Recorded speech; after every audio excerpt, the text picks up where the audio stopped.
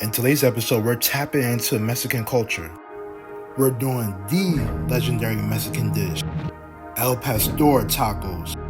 Remember, this is the only channel to get unique recipes just like this. These tacos came out so good that you have to try it at home. It's so easy, I'm going to show you how to do it without a grill. Now let's get to it. Now you need a pork butt. It's better if you go to your local butcher and ask for a boneless pork butt. The reason why is because there's less preparation you have to do with the meat. Now you want to take this extra fat off the meat as well. Here's the extra fat that you want to take off. Now when you cut the pork butt, you want to cut in big slices. Do not cut thin slices. Now it's time to cut up your garlic cloves. I usually use 9 because it brings out the flavor. Now you just need 1 white onion. This recipe is so much better when you don't cook it and you just leave it in raw. Just cut up the onions in big slices as well. Now it's time to take out your power cup. You can easily get a cheap one for $70 from Amazon. Now let's get into making this marinade. So I usually use 2 cans of chipotle peppers. Chipotle peppers usually have a nice taste to it and it also has a good kick as well. And with this recipe, we need all the kick we could get. So I'm going to continue just pouring in the second can. Now the ancho chili is very important. I'm going to use 4 tablespoons. This is going to give you the smoked barbecue flavor. So here's the secret. I'm going to use even more barbecue seasoning. This barbecue seasoning is a little bit more on the sweet side. Remember I said that we needed a lot of kick, so I'm going to add even more cayenne pepper. Well, I'm a spicy guy, so I need more kick, so I'm going to add more smoked paprika as well. And of course we need to add in black pepper, 2 tablespoons.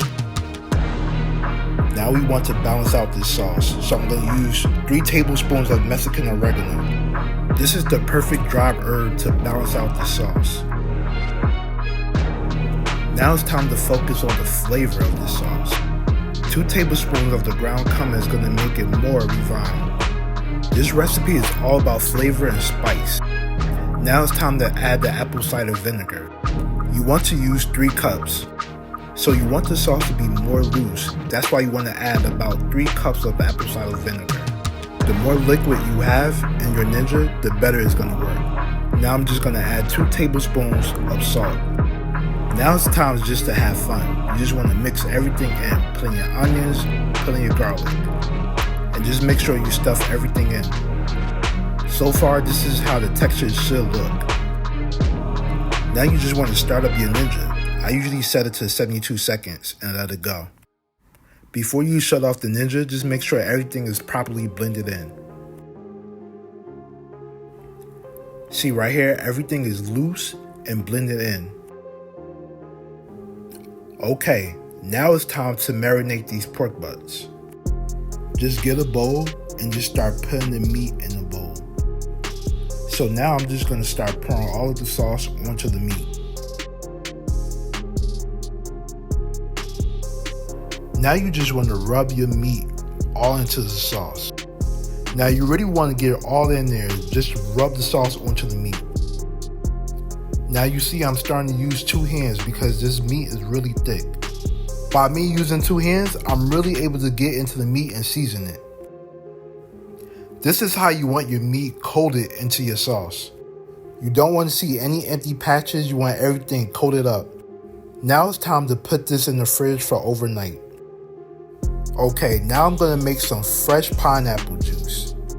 I'm just going to squeeze some pineapples and put it in the bowl. Now you just want to take out your meat and pour the pineapple juice right on top. I do this last rather than blend it in to give that more of that accent taste.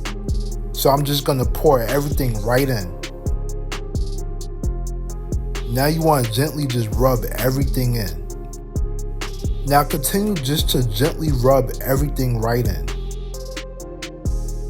Okay, now I'm going to show you how to put this in the oven, and I'm also going to show you how to fry it. If you're putting it in the oven, you want to put it on the skewer and make sure that everything is tightly compacted in. And you also want to use 2 mangoes on the tips. Now, if you put this in the oven, all the juices from the meat is just going to be dripping in. That's why this is the more ideal pan to use if you're going to put this in the oven. Lastly, I'm just going to put some extra olive oil just to coat the meat. And also I'm going to use 2 teaspoons of salt on the meat as well. Now if you don't want to put this in the oven or put it on the grill, just take a pan, put some extra olive oil in it, and just fry it up. Each side usually takes about 15 to 20 minutes. You want your meat to start to crisp up just like this. Don't be too concerned about overcooking your meat. Your meat is going to be super tender because you left it in the fridge overnight. By the time we cut this thing up, it's going to be falling off the bone. Okay, we're almost done. Now you just want to take a pan, put some olive oil in it, and heat up your tortillas for 2 seconds. Do not overcook. Leave it in for only 2 seconds. You want to do 2 seconds per side. Okay, now I'm going to take out my meat. I'm going to bunch it on the skewer and compact everything in. This is exactly how you want to do it. Now you're just going to chop away. You're going to see how everything is just falling off the bone and is so greasy. Just make sure you don't cut your hand. But seriously, this is how your meat should be. It should be juicy, it should be tender, it should be falling off the bone. If you're eating tough meat, you're doing something completely wrong. Now you just want to cut up some cilantro and just add it in. So this is how juicy you want your meat to be. The fresh herbs on it is just going to give it an even more enhanced taste as well. And I'm just gently rubbing everything in. Okay, now we're to the final stretch. Now it's just time to make your taco. If you have a taco holder, just put your tortillas right in there. Right now I'm just putting everything carefully in. Now it's time to have fun. Just add in your meat and just put as much as you want. You could also add a little bit more fresh herbs on top as well. So most Mexicans usually use lime on top of their tacos as well, but I'm not going to do that for this recipe. I do have a salsa that I'm going to put this on top, so that's going to balance the flavors out already. Now you just want to add in your onion pickles and put it right on top. Like I said, this is the time to have fun. Just put as much as you want. So technically now you're actually done. Some people put pineapples within the tacos, but I'm not going to do that. This is a simple recipe with no grill needed.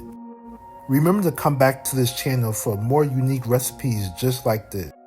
Also, don't forget to subscribe and like. Thank you.